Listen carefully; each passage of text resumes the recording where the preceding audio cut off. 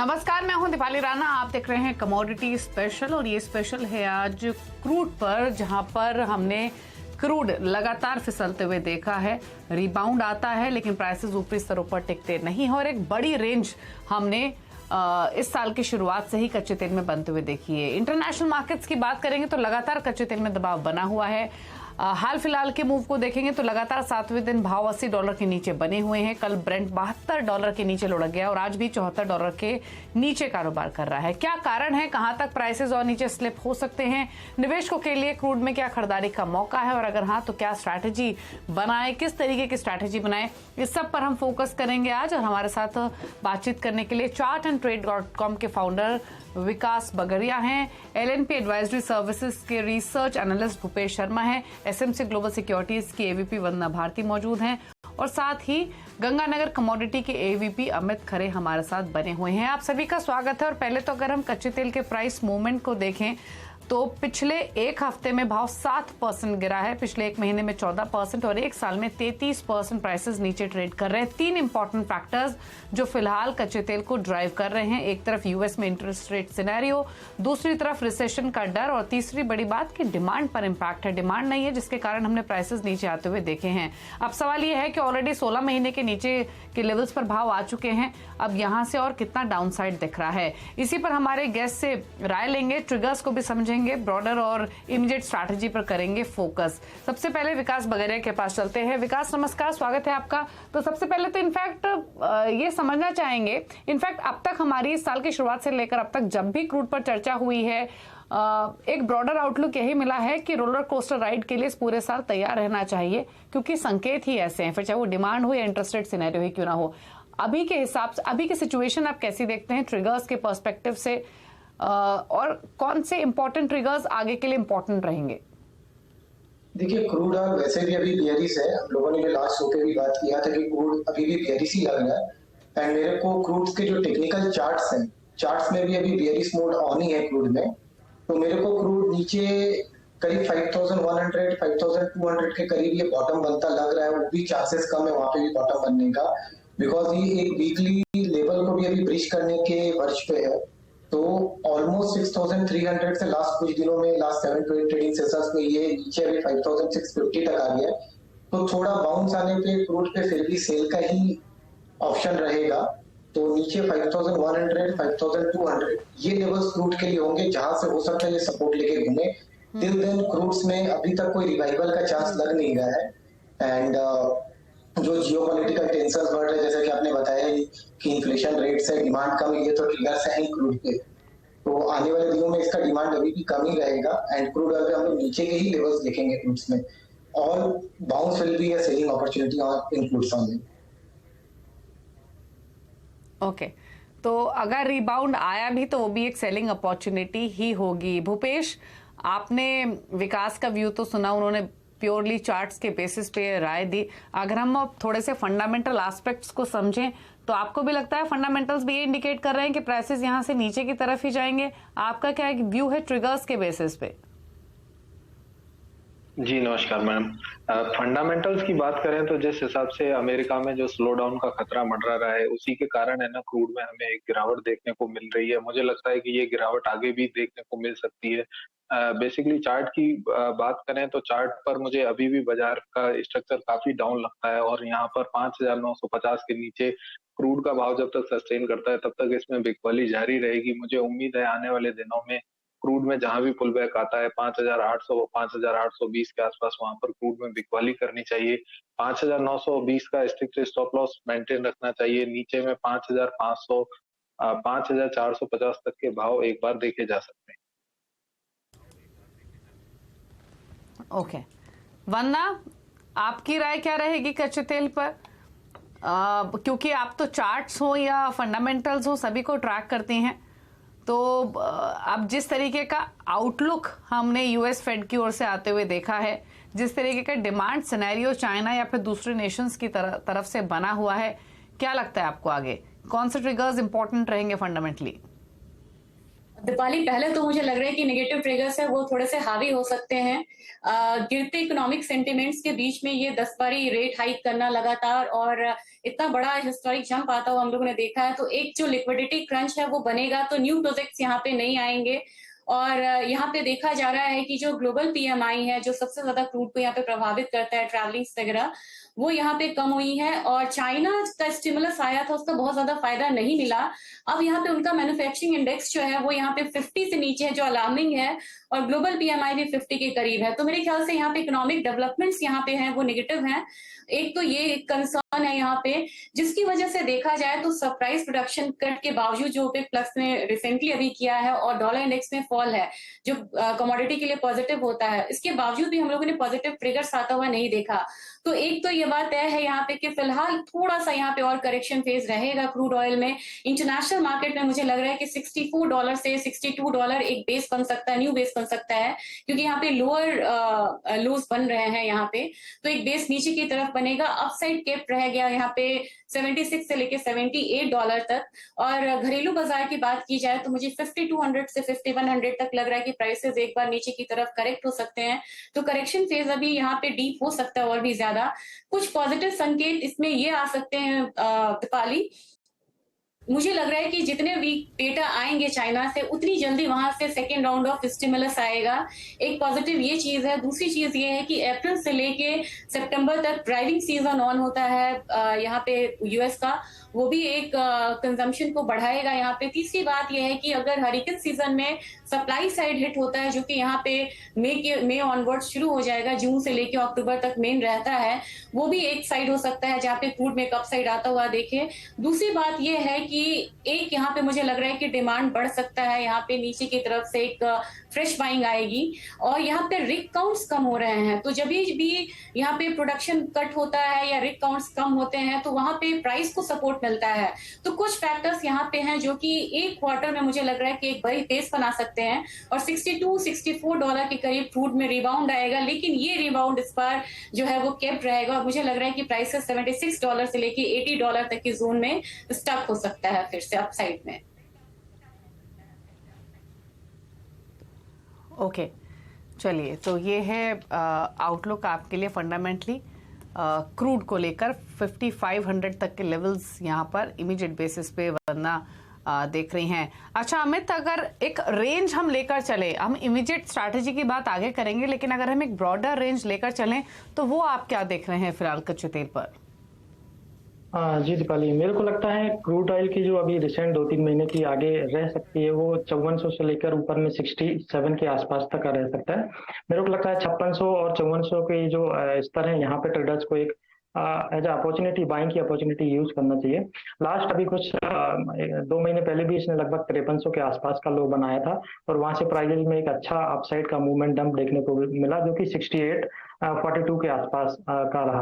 अभी 68-42 के आसपास से वापस एक करेक्शन का फेज जो है अभी चल रहा है रिसेंट में, और प्राइजेस जो है लगभग 5582 कल का जो इसका लो था वहां तक गए। तो मेरे को लगता है 5600 और 5400 ये जो एक रेंज है, यहाँ से प्राइजेस में वापस एक अपसाइड का मूवमेंट देखने को मिल सकता है, जो कि 6700 तक हो सकता है। ओके, ठीक है। अच्छा विकास, आपने जैसे कहा कि ओवरऑल ट्रेंड आपको कच्चे तेल पर काफी बेयरिश ही दिख रहा है। अब ये बताइए, आपका काफी क्लाइंट इंटरैक्शन होता होगा, उनके मन में क्या एप्रीहेंशन आती है कच्चे तेल में? क्या उनका भले ही चाहे ट्रेंड बेयरिश है, लेकिन कंसीडरिंग जो नेचर है कच्चे तेल की, क्या वो कंफर्टेबल होते हैं ट्रेड्स को लेकर कच्चे तेल में? और ऐसे में आप क्या सजेशंस देते हैं? नहीं, देखिए, क्लाइंट्स तो जैसे जिनसे भी इंटरेक्शन होते हैं, उन लोग तो क्या है कि एकदम से इसको मान के चलते हैं कि जैसे क्लाइंट का इंटरेक्शन रहता है तो उन लोग सोचते हैं कि भाव इतना नीचे आ गया तो ये लॉन्ग करने की जगह है।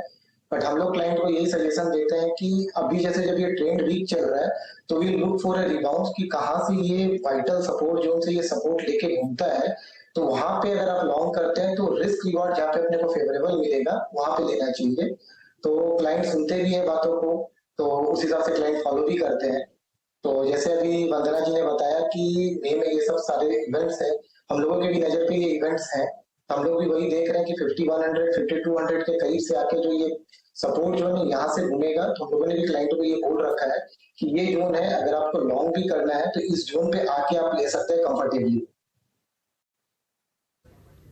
ओके, इनफैक्ट भूपेश, आपको भी ये लगता है कि 5,200 ये एक सपोर्ट है या फिर ये एक रेंज जो रहेगी कच्चे तेल की उसका बॉटम है और इसके नीचे प्राइसेस नहीं जाने चाहिए?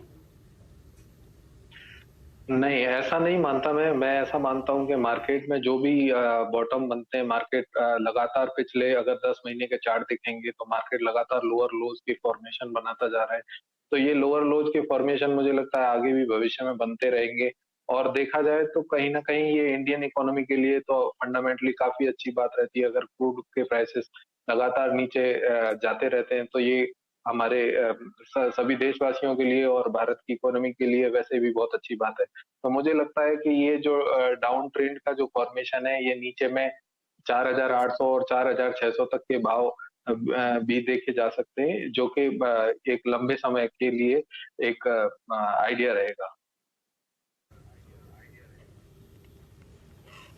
ओके, चलिए, तो ये राय रही क्रूड पर। हालांकि हमारे एक्सपर्ट्स की राय अलग अलग है अगर हम बेस की बात करें तो, और वो थोड़ी सी वेरी कर रही है।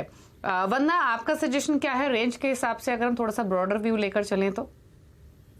जी दीपाली, मुझे लग रहा है कि यहाँ पे मेजर जो सपोर्ट है ये 5100 से लेके 5000 तक हो सकता है एमसीएक्स में।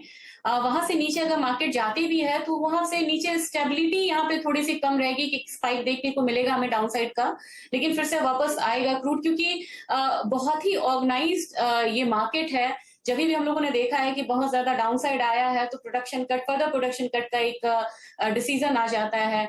तो मेरे ख्याल से वहां पे ओपेक जो है वो बिल्कुल शांत नहीं रहेगा, ओपेक प्लस, और वो कैसे भी चाहेंगे कि ये जो प्राइसेस हैं ये $70 से ऊपर एटलीस्ट यहाँ पे स्टेबल हो। तो सेंटिमेंट्स यहाँ पे जैसे ये 5,000 के करीब आएगा या इंटरनेशनल मार्केट में ये $62 या $60 बीच भी करता है तो इमीडिएट रिएक्शंस यहाँ पे ओपेक प्लस की तरफ से हिस्टोरिकली हम लोगों ने देखा है आता हुआ, तो वहां पे एक सेंटिमेंट्स जो है वो बाइंग की होती है। तो मेरे ख्याल से यहाँ पे 5,000-5,200 एक रेंज रहेगा जहाँ पे बेस बनाना चाहिए। उसके नीचे यहाँ पे एक्शंस आ जाते हैं। ये नेचुरल गैस की मार्केट से डिफरेंट है, ये ज्यादा ऑर्गेनाइज है। जैसे नेचुरल गैस में हम लोगों ने देखा कि 800 लग के फिर 200 से नीचे आया, लेकिन वहां कोई प्रोडक्शन कट की बात नहीं हुई इस तरीके से। ये ऑर्गेनाइज्ड है, पॉलिटिकल कमोडिटी है, एक्शंस क्विक आते हैं। तो मेरे ख्याल से जिस तरीके से रिग काउंट यहाँ पे ऑलरेडी यहाँ पे कम होना शुरू हो चुका है यूएस की तरफ से, तो बहुत ज्यादा भी डाउनसाइड मुझे फिलहाल नहीं लग रहा है। तो रेंज मेरा ब्रॉडर रहेगा, नीचे के साइड 5,000, अप साइड में मैं 7,600 के करीब रहना चाहूंगी। लेकिन ये वो पीक टाइम है जब हमें विंटर्स में देखने को मिलता है, जब पीक डिमांड आता है क्रूड का। ओके, चलिए, तो ये राय रही आपके लिए रेंज पर, और इनफैक्ट रेंज तो काफ़ी बड़ी बनी हुई है ही। लेकिन अगर हम अब स्ट्रैटेजीज पर फोकस करें तो अमित बताइए, इस तरीके के सिनेरियो में जहां पर जो न्यूज़ फ्लो है वो प्राइसेस को ड्राइव कर रहा है, चार्ट्स एक तरफ से अलग इंडिकेशन दे ही रहे हैं कि किस तरीके का मोमेंटम होना चाहिए। अगर दोनों तरफ के ट्रेड्स लेने हो, बाय सेल दोनों के, क्योंकि रेंज में तो ट्रेड कर ही रहा है कच्चा तेल, तो ऐसे में अगर नीचे की तरफ पोजीशन बनानी हो तो कौन से लेवल्स इंपॉर्टेंट हैं, बाय करना हो तो कहां करें, या फिर सिर्फ सेल साइड पर ही रहना है कच्चे तेल में? जी दीपाली, मेरे को लगता है क्रूड ऑयल में अभी रिसेंट में 2-4 दिनों के लिए ट्रेडर्स को ऑप्शन में ट्रेड बनाना चाहिए। मेरे को लगता है अभी 5700 का जो क्रूड ऑयल का करंट मंथ का ऑप्शन है उसको 170-180 के आसपास, जो कि इसका करंट प्राइस है, उसमें लेके चलना चाहिए। मेरे को लगता है अभी 1 से 2 दिन में प्राइस 240 से लेकर 260 जो है 5700 का कॉल ऑप्शन हो सकता है। 140 रुपए का इसका एक स्टॉप लॉस है। वहीं पे अगर फ्यूचर की बात करूं तो 5750 के ऊपर अगर मई वायदा क्रूड ऑयल निकलता है अभी, तो मेरे को लगता है ये एक ऐसा ट्रिगर पॉइंट है जहां से इसका ट्रिगर वापस पॉजिटिव की तरफ जा सकता है और प्राइजेज वापस फिर से 6000 से लेके 6100 की तरफ बढ़ सकते हैं। तो 5750 पे अभी करंट में मेन फोकस ट्रेडर्स को एज अ लेवल करना चाहिए। इसके ऊपर अगर प्राइजेस निकलता है तो जो भी उनके शॉर्ट साइड के ट्रेड हैं उनको वहां पे एक बार एग्जिट लेना चाहिए और लॉन्ग का एक ट्रेड लेना चाहिए 6000 से लेके 6100 तक के लिए। ओके, चलिए, तो ये एक रेंज आपको मिली है कच्चे तेल पर। आज हालांकि भाव 5631 के आसपास कारोबार कर रहे हैं। अच्छा विकास, अगर आपको स्ट्रैटेजी बनानी हो, ये सिर्फ मैं अगले कुछ दिनों की बात कर रही हूँ, ये ब्रॉडर आउटलुक की बात नहीं है। अगर अब क्योंकि एक बड़ा इवेंट था, उसका आउटकम आ चुका है, उसका हम रिएक्शन देख चुके हैं, तो अगर हमें अगले हफ्ते की तैयारी करनी हो या अगले कुछ दिनों की तैयारी करनी हो तो क्या सजेशंस रहेगा ट्रेडर्स को? देखिए ट्रेडर्स के लिए भी ये सजेशन रहेगा कि चूंकि ऑलरेडी एक वेव कंप्लीट हो चुका है लास्ट 7 डेज में, 6,300 से 5,600 का फॉल आ चुका है, तो शॉर्टर टाइम फ्रेम्स के हिसाब से एक थोड़ा सा बाउंस बनता है, तो 5,750 5,800 के करीब जाता है बाउंस में, तो वहां पे हम लोग सेल का पोजीशन ले सकते हैं। यहाँ पे 5,600 पे सेल का पोजीशन लेना थोड़ा सा रिस्की है, तो थोड़ा बाउंस मिले 5,800 के 850 तक, वहां पे हम लोग सेल का पोजीशन ले सकते हैं with strict stop loss of 5,950 का। और क्योंकि ट्रेंड अभी बीआरसी है तो लॉन्ग के, हाँ क्योंकि ट्रेंड अभी बीआरसी है तो लॉन्ग जी विकास बताइए। जी ट्रेंड क्योंकि बीआरसी है तो अभी लॉन्ग की सलाह तो नहीं दूंगा, लॉन्ग सपोर्ट्स के पास आएंगे तभी हम लोग सपोर्ट्स के लिए सोचेंगे, बट अभी ट्रेंड बीयरिश है तो हम लोग सेल ऑन राइस पे ही रहेंगे। ओके तो फिलहाल लॉन्ग ट्रेड नहीं लेना है, सेल ऑन राइस की ही स्ट्रैटेजी आपको रखनी है कच्चे तेल पर। और जैसे विकास ने यहाँ पर मेंशन किया कि अगर थोड़ा सा रिवर्सल आया भी तो 5,800 5,900 के लेवल्स देखने को मिल सकते हैं। जब लगातार गिरता है तो थोड़ा टेक्निकल रिबाउंड आता है, लेकिन उन लेवल्स पर बेचने की ही सलाह रहेगी। और थोड़ा सा ब्रॉडर आउटलुक ले तो 5,200 5,100 तक के लेवल्स भी वो एक्सपेक्ट कर रहे हैं। तो यहाँ पर व्यू जो है विकास का वो काफी बेयरिश है उन लेवल्स के आसपास, बाद में देखेंगे जब लेवल्स पहुंचेंगे, लेकिन फिलहाल ये स्ट्रैटेजी बनी हुई है। भूपेश आपकी इमीडिएट स्ट्रैटेजी क्या रहेगी? ब्रॉडर आउटलुक नहीं, लेकिन अगर अगले हफ्ते के लिए, अगले कुछ दिनों के पर्सपेक्टिव से कोई ट्रेड लेना हो व्यूअर्स को तो क्या सजेशंस होंगे? जी मेरे अगले हफ्ते के लिए दोनों तरफ की स्ट्रेटजी रहेगी। सबसे पहले तो मैं बेयरिश स्ट्रेटजी बता देता हूँ, शेयर कर देता हूँ कि 5,850 5,900 के बीच में जहां भी क्रूड ऑयल एक पुल बैक रैली करता है वहां पर क्रूड ऑयल में बिकवाली करनी चाहिए, जिसका स्टॉप लॉस 5,970 के ऊपर का रहेगा, जिसके नीचे के टारगेट 5,650 एवं 5,550 के रहेंगे।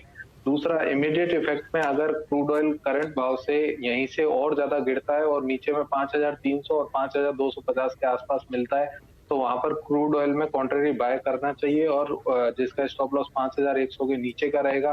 अपसाइड में 5,750 एवं 5,850 के टारगेट रहेंगे। ओके चलिए, तो ये राय रही क्रूड पर, जहां पर स्ट्रैटेजी आपको भूपेश ने बताई है। अब एक ब्रेक के लिए रुक जाते हैं, ब्रेक के उस पार वंदना और अमित की इमीडिएट स्ट्रैटेजी को समझेंगे, कैसे ट्रेड आप ले सकते हैं अगले कुछ दिनों के पर्सपेक्टिव से अगले हफ्ते के लिए। जल्द वापस आते हैं ब्रेक के बाद।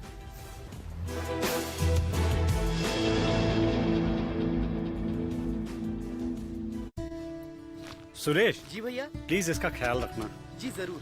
अच्छा 2 दिन गांव क्या जा रहे हो तो इतनी चिंता हो रही है? हमारे बारे में कभी सोचते हो ऐसे? अरे सब अच्छा ही होगा। मेरे रिक्शा यूनियन ग्रुप ने LIC का group micro term insurance plan जो लिया है।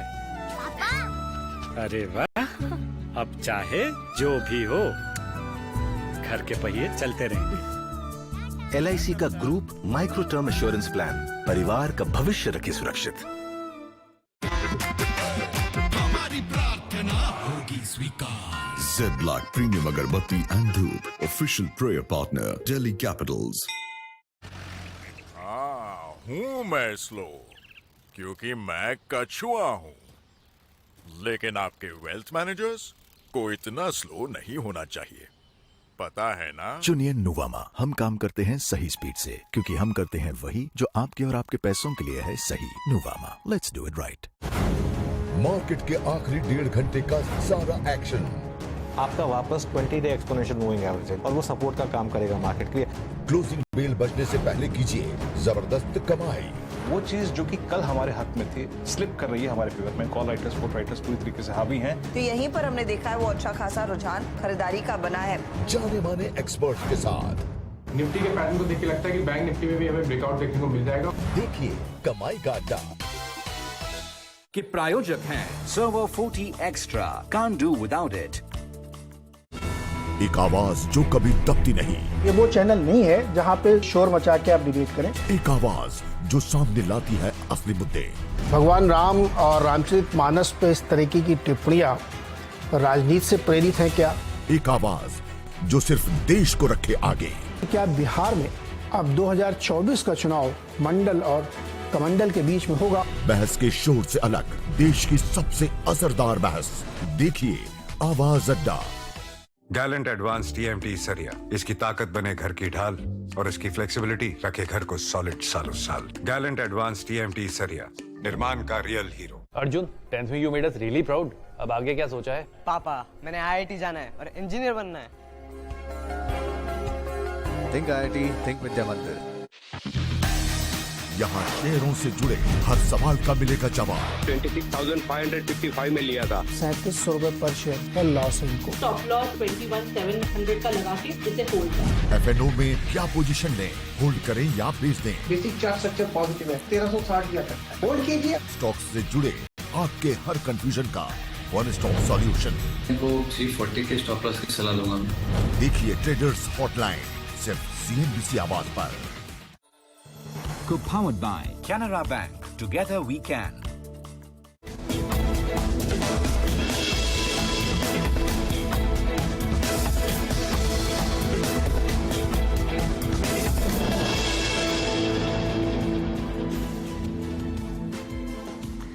आप देख रहे हैं कमोडिटी 360 डिग्री और आज हम बातचीत कर रहे हैं पहले तो कच्चे तेल की, फोकस कर रहे हैं स्ट्रैटेजीज पर। क्या नियर टर्म या फिर ब्रॉडर आउटलुक हो सकता है? 4 मेहमान हमारे साथ मौजूद हैं। हमारे साथ विकास बगरिया हैं, भूपेश शर्मा हैं, वंदना भारती हमारे साथ मौजूद है और साथ ही अमित खरे भी हैं। वंदना, आपने तो फंडामेंटल्स और ट्रिगर्स की बात की ही है, ब्रॉडर आउटलुक भी दिया है। अब अगेन इमीडिएट स्ट्रैटेजी की बात करें तो आपका सजेशन क्या होगा? क्या आप भी सेल साइड पर ही हैं या कुछ बाय अपॉर्चुनिटीज भी लोअर साइड पर देख रही हैं? जी दीपाली, मुझे लग रहा है यहाँ पे कि अभी जो वीकनेस है ये कंटिन्यू रह सकता है और टेक्निकली चार्ट पे भी यहाँ पे बहुत ज्यादा स्ट्रेंथ दिख नहीं रही है। नाइमिक्स क्रूड भी है, उसका पैटर्न जो है लग रहा है कि एक बार $64 को ब्रीच कर सकता है ये, और 4 महीने की कंसोलिडेशन के बाद यहाँ पे ये इसको सपोर्ट को ब्रीच करा, तो मेरे ख्याल से थोड़ा सा डीप हो सकता है फॉल यहाँ पे। नाइमिक्स क्रूड की बात करूं तो मुझे लग रहा है कि यहाँ पे करंट मार्केट प्राइस पे भी अगर हम सेल करते हैं तो एक बार $63 तक के जो प्राइसेस हैं वो नीचे की तरफ आ सकते हैं और जिसके लिए स्टॉप लॉस हम लगा सकते हैं 70 से $71 तक का। और मेरे ख्याल से अगर इसको मैं रिफ्लेक्ट करता है, अगर MCX क्रूड में लेवल्स की बात करूं मैं, तो मुझे लग रहा है कि 5800 से लेके 5850 ये एक जोन रहेगा, क्योंकि एक पुल बैक रैली तो आनी है, क्योंकि 10% तक का जो फॉल है एक हफ्ते में हम लोगों ने आता हुआ देखा है 3-4 ट्रेडिंग सेशन में क्रूड में। तो एक पुल बैक यहाँ पे बनता है, पुल बैक पे यहाँ पे सेलिंग की सलाह ही दूंगी 5800 से लेके 5850 ये एक जोन रहेगा जहां सेलिंग करनी चाहिए। नीचे की तरफ मुझे लग रहा है कि 5500 से 5450 तक के लेवल्स आ सकते हैं। स्टॉप लॉस जरूर इसमें लगा के चलना होगा क्योंकि मार्केट बहुत वॉलेटाइल है। इसमें यहाँ पे स्टॉप लॉस लगेगा करीब 6000 का। ओके, तो यानी 5500 तक के टारगेट्स के लिए बेच सकते हैं, लेकिन जैसे वंदना ने स्पेसिफिकली मेंशन किया इन लेवल्स पे नहीं बेचना है। छोटा सा रिबाउंड अगर मिलेगा 5750 के आसपास का, वहां आप एक सेल इनिशिएट कर सकते हैं, लेकिन स्टॉप लॉस को स्ट्रिक्टली मेंटेन करना है कंसीडरिंग द वॉलेटाइल नेचर, और यहां पर 5850 का एक स्टॉप लॉस आप मेंटेन कर सकते हैं। अमित, आपकी इमीडिएट स्ट्रैटेजी क्या है क्रूड पर? लगता है प्राइजेस अभी जैसा कि मैं देख पा रहा हूँ काफी ओवरसोल्ड जोन में है, क्योंकि जैसा कि अभी जस्ट डिस्कस किया हमने कि प्राइजेस 68 के आसपास से जो है नॉन स्टॉप करेक्ट हो रहे हैं। लगभग 18.5% का जो है डाउनफॉल MCX क्रूड ऑयल में, वहीं पे लगभग 23 से 24% का जो है डाउनफॉल WTI क्रूड में हमें देखने को मिला। तो मैं यहाँ पे सेलिंग का रिकमेंडेशन नहीं दूंगा, बाय ऑप्शन में यहाँ पे एक बाय का ट्रेड रिकमेंड करूंगा। 5700 का कॉल 170 के आसपास है, यहाँ पे बाय करें 140 के स्टॉप लॉस के साथ। 220 से लेके 240 के भाव लगभग या 260 के भाव में आज या कल में देखने को मिल सकते हैं। वहीं पे अगर MCX क्रूड 5750 के ऊपर निकलता है तो मेरे को लगता है प्राइसेस में एक अच्छा जो है शॉर्ट कवरिंग देखने को मिल सकता है 6100 से लेके 6000 तक।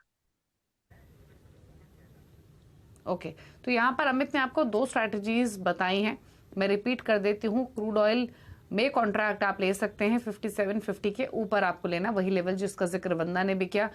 5750 के ऊपर निकले तो आप एक ट्रेड ले सकते हैं। यहाँ पर इनफैक्ट ये बाय करने की सलाह दे रहे हैं, लेकिन तब है जब 5750 के ऊपर निकलेगा और टिकेगा, उससे पहले आपको नहीं इनिशिएट करना है। और उस स्थिति में ये 5880 तक जाने की कोशिश करता है, तो ये कंडीशनल बाय है, लेवल्स पर ध्यान जरूर दे। और स्टॉप लॉस आपको तब 5680 का लगाना है। इसके अलावा इन्होंने एक और सलाह दी है, वो है 5700 का कॉल ऑप्शन आप ले सकते हैं 17 मई का, यहाँ बाय कर सकते हैं 180 में। जो टारगेट रहेगा वो 240 का रहेगा और जो स्टॉप लॉस है वो आपको 140 का मेंटेन करना होगा। हालांकि ये एक ब्रॉडर व्यू है जो आप अपनी स्क्रीन पर अभी देख रहे हैं कि क्या लेवल्स यहाँ पर कच्चे तेल के हो सकते हैं। भूपेश शर्मा की राय है कि 5730, 56 11 ये 2 इंपॉर्टेंट लेवल्स रहेंगे। विकास वगैरह का मानना है कि नीचे की तरफ 5200, 5100 एक इंपॉर्टेंट लेवल्स रहेंगे। अमित खड़े थोड़े से बाय साइड पर हैं, लेकिन कंडीशनल बाय है उनका 5750 के ऊपर। इस स्थिति में 5880 के उन्होंने टारगेट सजेस्ट किए हैं। और साथ ही वंदना भारती सेल साइड पर, जहां पर उनका मानना है कि 5500 तक के लेवल्स देखने को मिल सकते हैं, लेकिन स्टॉप लॉस आपको स्ट्रिक्टली मेंटेन करना है। तीनों ही ब्रोकर, हमारे चारों ही मेहमानों का बहुत बहुत शुक्रिया, विकास, भूपेश, वंदना और अमित, आने के लिए शो में और अपने व्यूज कच्चे तेल पर देने के लिए। Thank you so much. इसी के साथ स्पेशल शो में इतना ही। नमस्कार।